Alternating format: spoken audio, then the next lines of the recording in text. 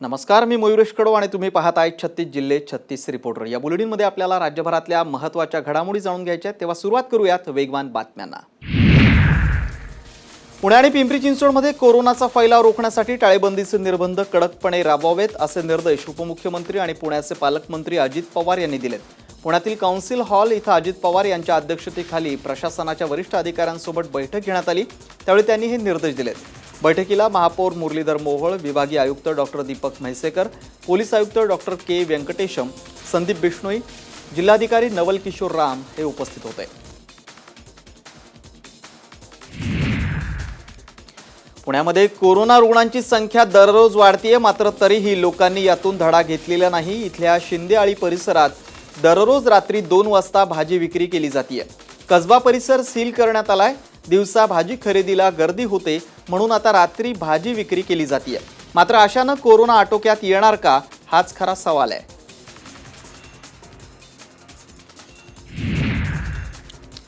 Nursing home सुरू न केल्यास नर्सिंग होमचे परवाने रद्द करण्यात येतील असा इशारा मुंबई महापालिकेनं दिलाय। शिवाय खासगी दवाखाने सुरू न करणाऱ्या डॉक्टरांवर साथरोग नियंत्रण कायद्यानुसार कारवाई करण्यात येईल अशी तंबीही महापालिकेनं दिली आहे। बहुतेक सरकारी रुग्णालयात कोरोना रुग्णांवर उपचार सुरू आहेत, त्यामुळे इतर रुग्णांची गैरसोय होत असून नर्सिंग होम आणि खासगी डॉक्टरांनीही त्यांचे दवाखाने बंद ठेवल्यामुळे रुग्णांची आणखीनच गैरसोय होतीये। या पार्श्वभूमीवर हा इशारा देण्यात आलाय। विशेष म्हणजे सोसायटी आणि चाळीच्या आवारात असलेले नर्सिंग होम किंवा खासगी दवाखाने सुरू करण्यास सोसायटी किंवा चाळीतील रहिवासी तसंच घरमालक किंवा शेजाऱ्यांनी अडथळा आणल्यास त्यांच्यावरही साथरोग नियंत्रण कायद्यान्वये कारवाई केली जाणार आहे।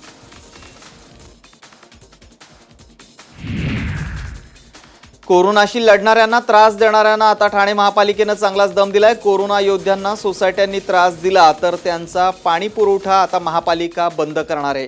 याबाबत महापालिकेनं सर्व सोसायट्यांना कळवलंय। ठाण्यात सध्या डॉक्टर, नर्सेस, पोलीस, सफाई कर्मचारी यांना सोसायट्यांकडून त्रास दिला जातोय।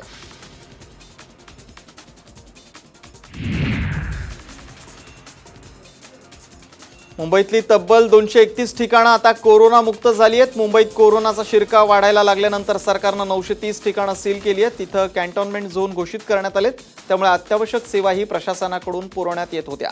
मात्र गेल्या 15 दिवसात काही भागातून कोरोना हद्दपार झालाय। अशी 231 ठिकाणं ओळखून सरकारनं ही ठिकाणं कॅन्टोन्मेंट झोनमधून वगळली आहेत।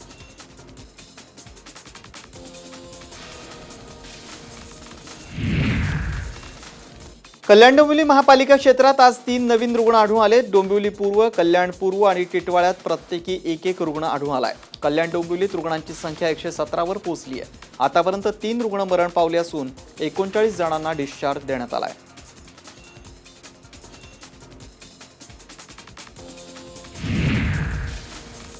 मालेगावात कोरोना बाधित रुग्णांच्या संख्येत पुन्हा वाढ झाली आहे। मालेगावात आज नव्यानं 8 कोरोना बाधित रुग्ण आढळलेत। मालेगावातील 8 जणांचे कोरोना रिपोर्ट हे पॉझिटिव्ह आलेत। यात 6 पुरुष आणि 2 महिलांना कोरोनाची लागण झाल्याचं स्पष्ट झालंय। त्यामुळे मालेगावातील कोरोना बाधितांची संख्या आता 125 वर पोहोचली आहे।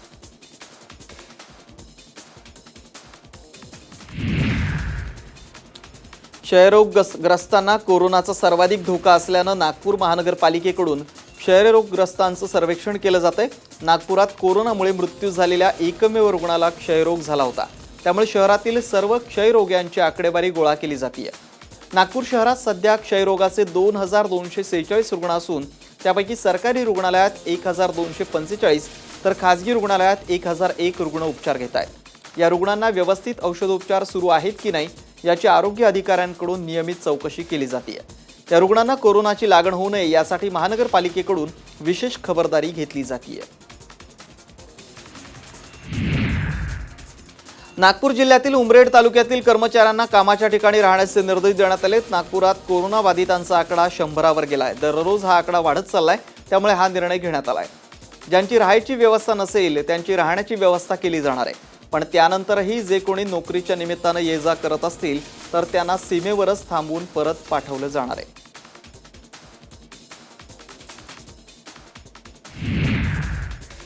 अमरावती शहरात कोरोना बाधितांची संख्या वाढत असल्याच्या पार्श्वभूमीवर जिल्हाधिकारी शैलेश नवल यांनी संचारबंदीबाबत कडक निर्णय घेतलेत। अमरावती शहरातील मुख्य भाजी बाजार आता 3 मे पर्यंत बंद ठेवण्यात येणार आहे। जीवनावश्यक वस्तूंच्या दुकानांची वेळ आता कमी करण्यात आली आहे। नागरिकांना दुचाकी वाहनं वापरण्यावर बंदी घालण्यात आली आहे। अमरावती शहरात गेल्या 24 तासात 8 नवीन रुग्णांची नोंद झाली आहे।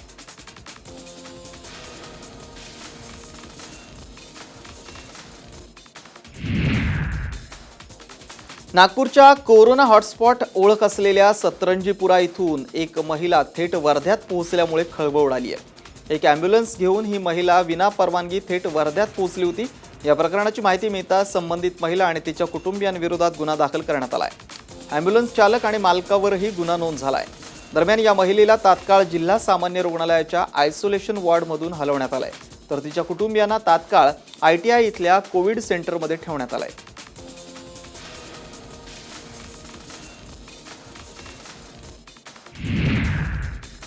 अत्यावश्यक सेवेचा गैरवापर करून एक तरुणी भावासह सांगलीत आल्याची धक्कादायक घटना उघड झाली आहे। मुंबईहून आलेल्या तरुणीला कोरोनाची लागण झाल्याचंही समोर आलंय।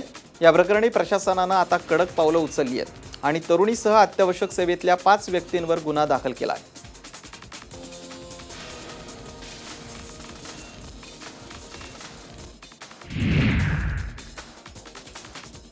इस्लामपूर शहरात 27, 28 आणि 29 एप्रिल असं 3 दिवस जनता कर्फ्यू असणार आहे। इस्लामपूर नगर परिषदेनं हा निर्णय घेतलाय।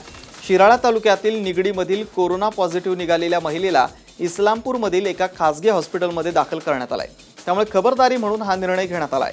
दरम्यान या हॉस्पिटलमधील डॉक्टर आणि स्टाफ अशा एकूण 7 जणांना मिरजमध्ये स्वॅब घेण्यासाठी आणण्यात आलाय।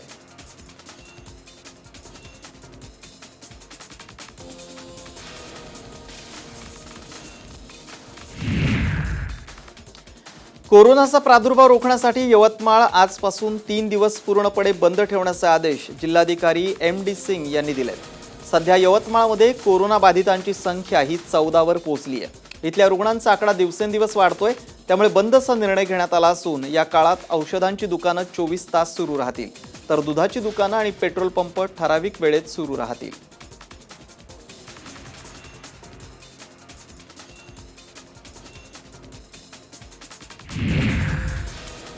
बुलढाण्यात आज 3 रुग्णांचे कोरोना रिपोर्ट निगेटिव्ह आल्यानं त्यांना सुट्टी देण्यात आली आहे। त्यामुळे बुलढाणा जिल्ह्यात फक्त 6 कोरोना बाधित राहिले।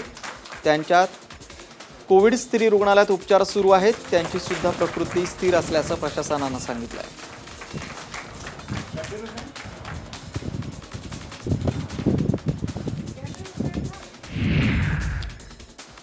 सलून आणि पार्लर सुद्धा सुरू करण्यास परवानगी द्यावी अशी मागणी सलून आणि पार्लर असोसिएशन तसंच नाभिक समाजाच्या वतीनं करण्यात आली आहे। काही अपवाद वगळता शनिवारपासून सर्व दुकानं चालू करण्याची परवानगी केंद्र सरकारनं दिली आहे।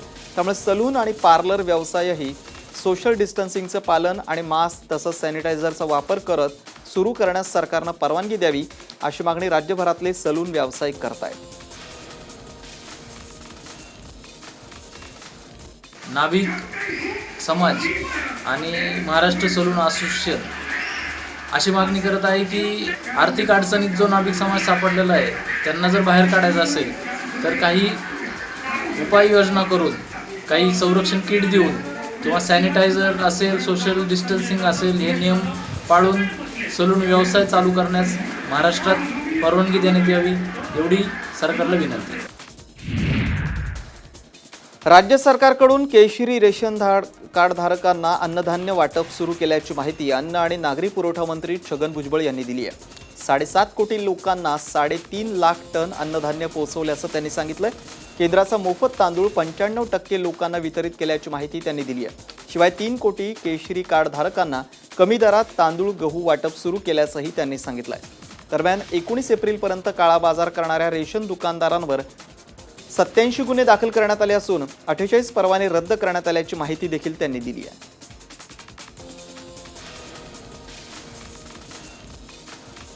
19 एप्रिलपर्यंतची जी कारवाई 19 एप्रिलपर्यंत राज्यातील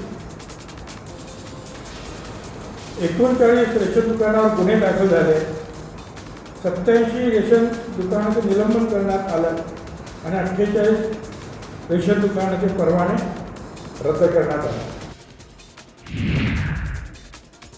कोरोनामुळे अडचणीत आलेल्या आंबा उत्पादक शेतकऱ्यांच्या मदतीसाठी पोस्ट खातं धावून आलंय. पोस्टाच्या माध्यमातून राजापूर तालुक्यातून तब्बल 155 आंबा पेट्या वाशी मार्केटमध्ये पाठवण्यात आल्या आहेत. राजापूर तालुक्यातील नाणार सब पोस्ट कार्यालयाचे पोस्ट मास्टर संदीप प्रभुदेसाई यांनी हा अभिनव प्रयोग राबवलाय. त्यांनी यासाठी पोस्ट खात्याची रीतसर परवानगी देखील घेतली आहे. पोस्टाचे टपाल घेऊन येणाऱ्या व्हॅनमधून 155 पेटी आंबा मुंबईतल्या वाशी मार्केटमध्ये पाठवण्यात आलाय. पोस्टाच्या इतिहासात पहिल्यांदाच अशा प्रकारे पोस्टामार्फत आंबा पाठवण्यात आलाय.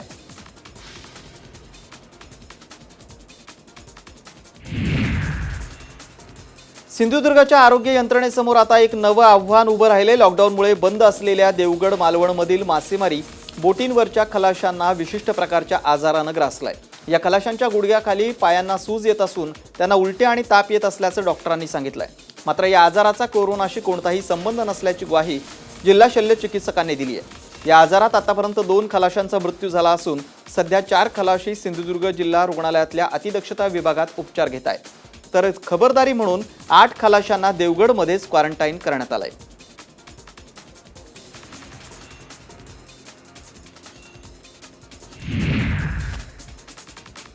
अक्षय तृतीयेच्या खरेदीसाठी नागरिकांनी बाजारात मोठ्या प्रमाणात गर्दी केल्यानं नाशिकमध्ये पुन्हा एकदा सोशल डिस्टन्सिंगचा फज्जा उडाल्याचं पाहायला मिळालं. सकाळपासूनच बाजारात भाजीपाला, मडकी, फळं आणि अक्षय तृतीयेचं सामान खरेदी करण्यासाठी नागरिकांनी मोठी गर्दी केल्यामुळे पोलिसांनाही नागरिकांच्या गर्दीला आवरताना कसरत करावी लागली. प्रशासनाकडून वारंवार नागरिकांना गर्दी न करण्याचं आवाहन केलं जातंय. मात्र तरीही नागरिक मोठ्या संख्येनं खरेदीसाठी बाजारात गर्दी करत असल्यामुळे नागरिकांना अजूनही कोरोनाचं गांभीर्य कळत नाही का, हा प्रश्न आता उपस्थित होतोय.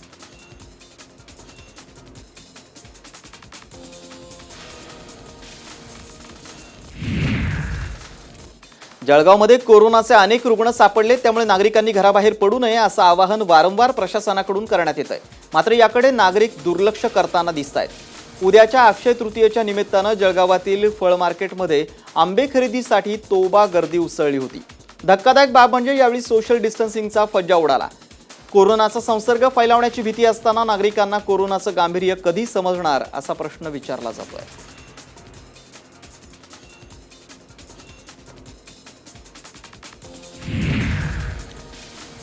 दोन दिवसांच्या कडकडीत संचारबंदीनंतर परभणीतील बाजारपेठ खुली करण्याचे आदेश जिल्हाधिकाऱ्यांनी दिले होते. मात्र सकाळी 7 वाजल्यापासून बाजारपेठेत खरेदीसाठी नागरिकांची अक्षरशः झुंबड उडाली. कुठेही सोशल डिस्टन्सिंगचं पालन होत नसल्याचं दिसून आलं नाही. शिवाय तोंडाला मास्क न बांधणाऱ्यांची संख्या देखील मोठ्या प्रमाणात होती.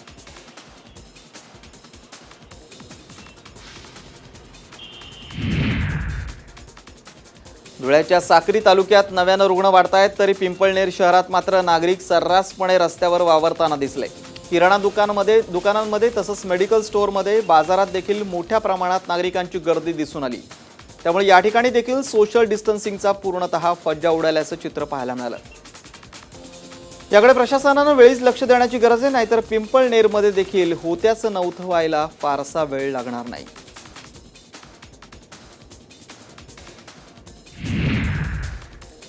मुंबईच्या कांदिवली इथल्या झोपडपट्टीतही कोरोनाचे रुग्ण सापडल्यानं इथला बराचसा भाग सील करण्यात आला. अशा परिस्थितीतही अनेक जण विनाकारण घराबाहेर पडताना दिसत आहेत. अशा लोकांवर नजर ठेवण्यासाठी आता ड्रोनची मदत घेतली जाते. कांदिवली इथल्या लालजीपाडा भागावर ड्रोनची नजर असणार आहे.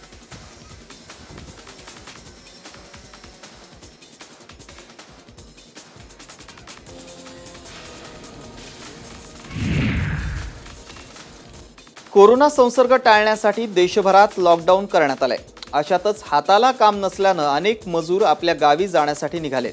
नाशिकमधले काही बांधकाम मजूरही गेल्या 10 दिवसांपासून पायी प्रवास करत बुलढाणा जिल्ह्याच्या सीमेवर पोहोचलेत.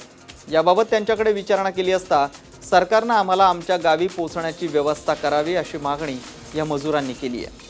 लॉकडाऊनमुळे जेवणाची तसंच राहण्याची व्यवस्था होत नसल्यानं परप्रांतीय मजूर वर्ग आपल्या गावाकडे कूच करतोय.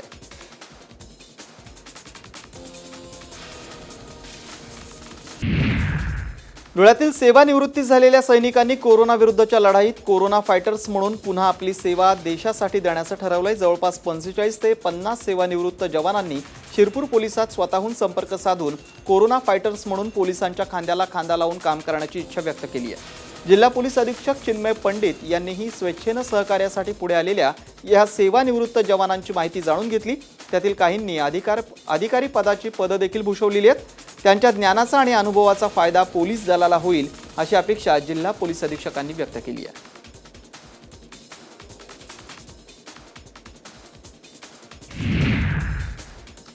कोरोना विरुद्धच्या लढाईत सरकारला अनेक जण आपापल्या परीने मदत करतायत। माजलगाव तालुक्यातील एका स्वातंत्र्य सैनिकाच्या विधवा पत्नीनं मुख्यमंत्री सहाय्यता निधीला 1 लाखांची मदत करत सामाजिक बांधिलकी जपली आहे। माजलगावमधील अन्नपूर्णाबाई मिरगे यांनी मदतीचा हा धनादेश माजलगावच्या तहसीलदार प्रतिभा गोरे यांच्याकडे सोपवलाय। अन्नपूर्णाबाई या दिवंगत स्वातंत्र्य सैनिक नारायणराव मिरगे यांच्या पत्नी आहेत।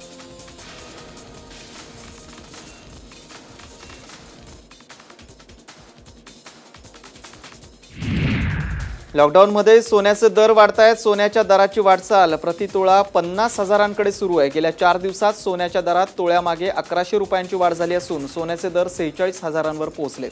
अमेरिकन डॉलरचे वधारलेले दर आणि अक्षय तृतीयेच्या मुहूर्तावर खरेदीकडे वाढत असलेला कल यामुळे सोन्याच्या भावात पुन्हा वाढ झाली आहे। सोन्याच्या दरामध्ये वाढ होत असताना चांदीच्या दरात मात्र घसरण झाल्याचं चित्र पाहायला मिळालं। चांदी प्रति किलो 42,100 रुपये इतकी झाली आहे।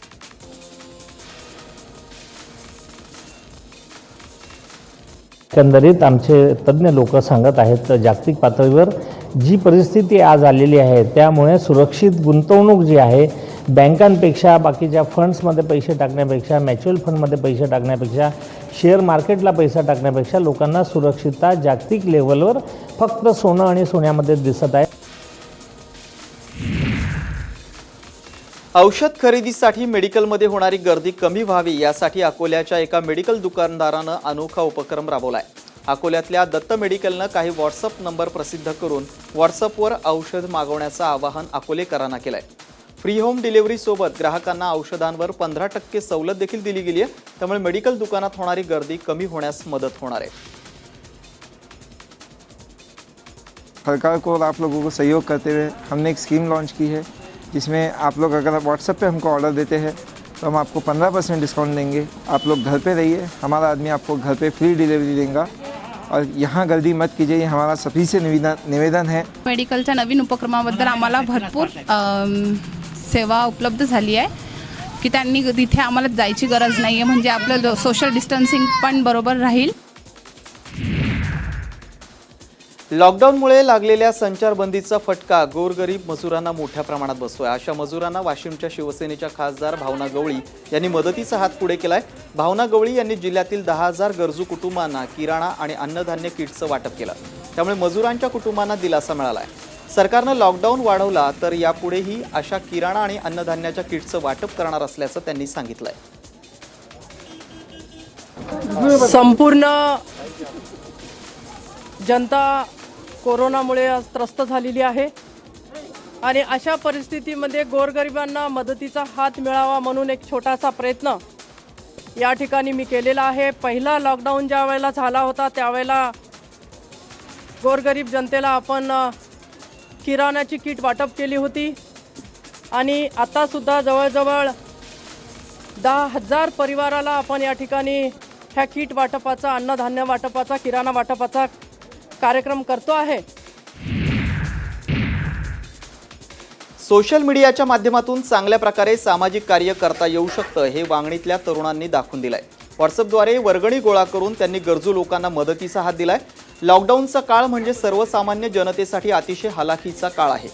अशा परिस्थितीत वांगणीतल्या भाजप सरकार नावाच्या व्हॉट्सअप ग्रुपवरील तरुणांनी एकत्र येत ग्रुप सदस्यांना मदतीचं आवाहन केलं। त्यानंतर सर्वांच्या सहकार्यातून जवळपास 100 गरजू लोकांना अन्नधान्याचं वाटप करण्यात आलं। एकीकडे अफवांमुळे सोशल मीडिया बदनाम होतोय, पण दुसरीकडे सोशल मीडियाचा सदुपयोग कसा होऊ शकतो हे या उदाहरणातून दिसून येत आहे।